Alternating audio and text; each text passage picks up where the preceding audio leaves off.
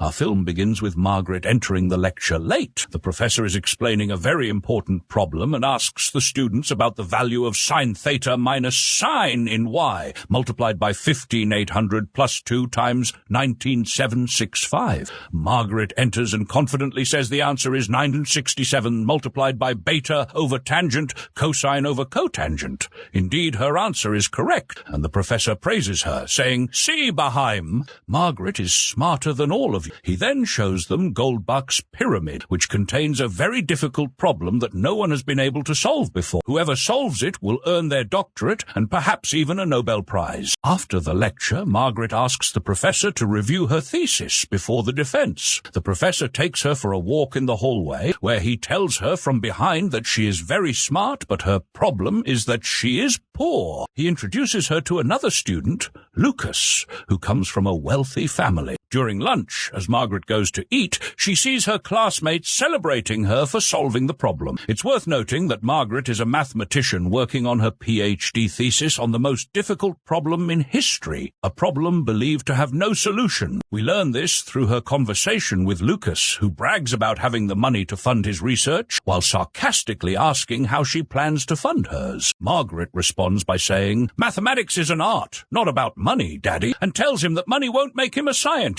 However, Lucas is actually smart. Margaret eventually walks away from Lucas because he's a bad boy and annoying. She goes outside the school to study hard to outperform the wealthy Lucas. She later goes home to continue her studies. Her mother calls to tell her she has married a respectable man after her father and apologizes for being a bit distant. She asks Margaret how her PhD is going, but Margaret, being obsessed with her studies, is too focused to pay much attention to her mother. The next day, Margaret discovers a crucial issue and tells her professor, who advises her to discuss it with Lucas, acknowledging his talent and potential. Obsessed with math, Margaret finds Lucas, who is enjoying himself. Later, she surprises everyone in a lecture by presenting her theory to solve the unsolvable Goldbach problem. She passionately explains using trigonometric terms that would resonate with high school students, while others might find it incomprehensible. The attendees engage in a discussion about her solution's logic, and she answers confidently. Lucas then challenges her, asking how she found the constant C and its basis. Margaret responds, but becomes increasingly nervous. The professor grows tense as well. Lucas delivers a final blow by stating that she cannot derive delta, kappa, and nu simultaneously, declaring her solution incorrect. The professor confirms Lucas' assertion, leading Margaret to leave the discussion in tears. She returns home upset, receiving another call from her mother, who asks how she's doing. Margaret replies that everything is fine. The next day, Margaret confronts the professor, asking about the issue Lucas mentioned. The professor, irritated, tells her to stop complaining, saying she's exhausting him. "Why do you always blame your mistakes on something else? Emotions have no place in mathematics, my dear. If you've made a mistake and your solution isn't logical, no one can sugarcoat it by telling you it's correct and everything is fine." Margaret becomes extremely angry and decides to leave the college-affiliated place and go somewhere else. One day, the professor meets her in a restaurant and tells her that all her classmates are sad because she left. He says she is diligent and a valuable addition to the college. He urges her to return and that Dr. Lashford will supervise her new thesis. He suggests she forget about her old thesis and assures her that she can achieve great success in anything else. Margaret replies, "I've decided to distance myself from the discussion, but I will continue solving the problem on my own and won't stop until I solve it." The next day, she attends a lecture with a different professor, but the professor's explanation lacks logic. When Margaret questions her about how she arrived at the solution, the professor tells her to just apply the formula without needing to understand its origin. At that moment, a beautiful dark-skinned girl stands behind Margaret and leaves the lecture. Margaret continues her discussion with the professor, who tells her to follow her classmate outside. Margaret steps out and finds her classmate, and they get to know each other. We learn that her name is Noah. When Noah discovers that Margaret has left her housing, she decides to take her in. She shows Margaret her beautiful apartment, and Margaret agrees to pay 3 months' rent up front, plus a month's deposit. Noah takes Margaret to the landlord and pays part of the rent. Margaret notices people in the place playing a Chinese gambling game and asks about it. The landlord explains they are playing for money. We then see Margaret start playing the game on her phone. As days pass, she works in a clothing and shoe store, and her supervisor explains the job's nature. At night, Margaret sits, looking at her phone, playing the game. During this time, she hears her friend doing something inappropriate, so she goes to her to ask what's going on. The two talk about their past relationships, and Margaret tells Noah that she doesn't think she's anyone's type. Her friend boosts her spirits, saying, "Everyone has someone who will love them." We see Margaret at work, looking at her dark-skinned colleague, hoping he might fall for her, but he's puzzled by her behavior. After work, while she's on the metro, Lucas, the wealthy young man, calls her, saying they have developed a new method that might solve the impossible problem and invites her to help. He encourages her to return to her studies and pursue her dream. It's revealed that the professor prompted Lucas to call her. When Margaret gets home, she finds Noah getting ready for a wild party. Noah invites her to join, and they head to a place that's part pub, part disco. The youth are dancing, drinking, and using substances. Margaret watches Noah dance and celebrate, amazed at how bold and charming she is, captivating all the men.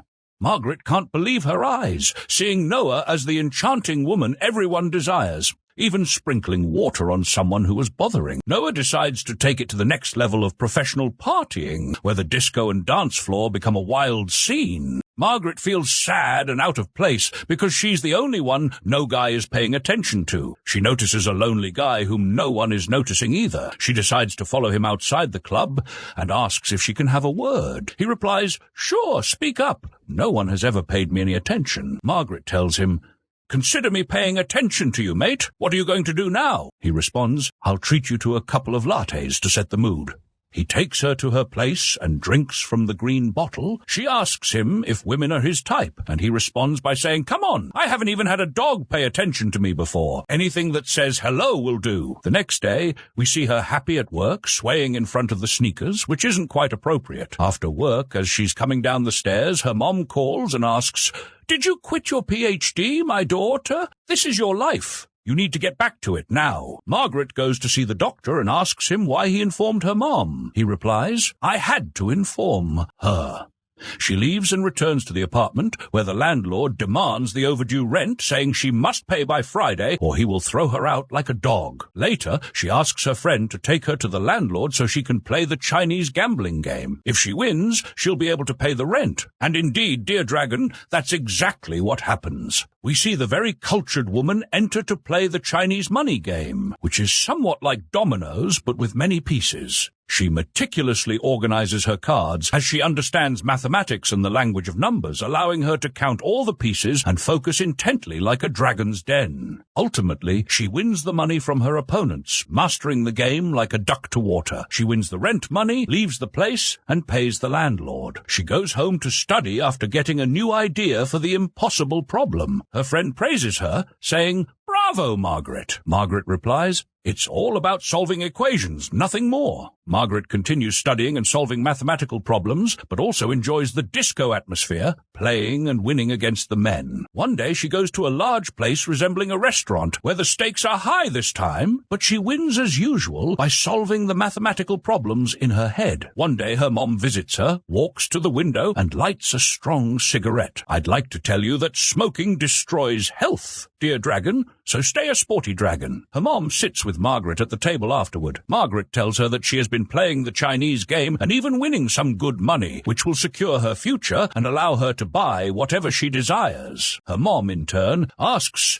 "What are mathematics, my daughter? Will you forget your passion and life? Will you forget what you love for money? Honestly, you've disappointed me." Later, we see Margaret painting the wall with her friend Noah to help her concentrate on solving mathematical problems. Her friend falls asleep beside her on the bed, while Margaret sits on the floor, deciding to dedicate enough time to solve the problem. The money she won from the Chinese game will give her enough time to study without needing to work every day. Margaret returns to the college college and watches Lucas, the young man, while he's showing something. She waits for him to finish and then approaches him to talk about her dissertation and the impossible problem. She even asks him for help in solving the stubborn problem, revealing that she has reached some preliminary solutions. When he goes home and looks at her solutions, he is amazed by her high-level mathematical performance and tells her, "You're amazing, Margaret." She responds, "We can work together on solving the problem since you're the one who spotted my mistake. I think you're the most suitable person to help me solve it, but the professor must not know anything about what we're doing." Lucas agrees to help her, and they start working right away. At night during dinner, Margaret receives a message, and Lucas asks her if the message is from Yanis.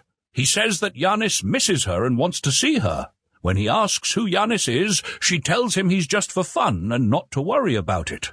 Lucas sarcastically questions how she could have a boy interested in her. She retorts, asking if he thinks she's unattractive, asserting that many guys chase after her. In response, Lucas says he might as well leave, which he does. The next day, they both start working hard together to solve the problem, discussing that the delta isn't working and they need to address the beta. They take a break to eat, acknowledging that studying makes them hungry, a sign of effective studying, according to Margaret. They discuss the impossible problem, with Margaret explaining that every time she proves a solution, new questions arise, creating an infinite loop of answers and questions. Lucas reassures her, encouraging her not to worry and reminding her of her hard work. The waiter interrupts, calling Margaret the best at playing the Chinese game, making Lucas laugh at discovering more layers to her personality. They head back to the apartment to continue working on the problem. Days go by, and the professor occasionally checks on them. They grow closer, with Lucas starting to admire Margaret's intelligence and personality. They eventually reach a breakthrough and rush home to work on it. Margaret provides proofs, and Lucas offers explanations. Their progress is interrupted when the professor, curious about their work, shows up to see what they've accomplished. He notices Lucas's involvement and reveals his lifelong struggle with the same problem, sharing how his old rivalry with another professor over a similar problem fueled his desire to solve it. The professor admits to feeling envious of Margaret and Lucas for their superior solutions. After he leaves, Margaret and Lucas decide to take a break and relax. The next day at college, the professor asks for an update, and it's revealed that Lucas is actually a spy for him. The following day, Margaret remembers some answers and resumes working on the problem. Noah enters, surprised to find their home transformed into a giant blackboard. Margaret, focused on solving the problem, dismisses Noah's concerns, insisting on the importance of her work. Margaret finally discovers a practical solution and celebrates with Lucas. They discuss the new method, but realize it can't fully address the equivalence problem. They debate the issue, with Margaret proposing proofs for sine and cosine, and Lucas countering with objections from tangent and cotangent. In reality, it's Lucas who is objecting. Margaret, smart and perceptive, eventually uncovers that Lucas is a spy for the professor. This is because the professor wants to solve the problem before her and present it to the ministry under his name. Margaret tells him to get out, and he does. She goes back to playing the Chinese game, but she's distracted and unfocused, losing game after game. She realizes her opponent is cheating, and this is because she's analyzing the game logically, without any emotional influence. She accuses him of being a cheater, saying, "You're a cheat, bro. This isn't right." The shop owner intervenes and pays for her to avoid any trouble. Margaret returns to her apartment to continue working on the problem, using the cheating strategy her opponent used in the Chinese game. After some brilliant mathematical analyses, she manages to find a solution. This is evident when Noah returns to the apartment and finds Margaret solving the problem everywhere, on paper, walls, glass, and even napkins. She didn't leave anything untouched. Noah finds her passed out and wakes her up. Margaret decides to go to her mom's house to clear her mind, taking a walk in the forest to relax. When she returns home, she finds a paper with Goldbach's pyramid drawn on it. She reflects on it and finally reaches a solution in her mind. She gets in her car and calls Lucas, telling him that despite being a spy, she's found the final solution. The next day, She heads to the university and tells him that she saw Goldbach's pyramid and realized that the key is perspective. The perspective from which you approach solving the problem, not the method itself. Margaret discovers that she can solve the problem from multiple perspectives. She stands in front of the blackboard, chalk in hand, solving the problem. All the doctoral students come in to watch her. Even the professor himself stands in awe. Witnessing the impossible problem being solved, Margaret succeeds, and everyone applauds her. Even Lucas is very happy for her because he's no longer a spy and has transformed into a wonderful person. In the end, the professor applauds her, proud to call her his colleague. Older doctoral students approach her to understand the solution, eager to be the first to learn about the impossible problem from the now famous doctor, Margaret Metwaliel Coley. Lucas leaves, walking with all his manners and virtues, but Margaret follows him and hugs him because he was her true supportive ally. The film ends with both of them together, embodying all virtues and morals. What a truly meaningful story.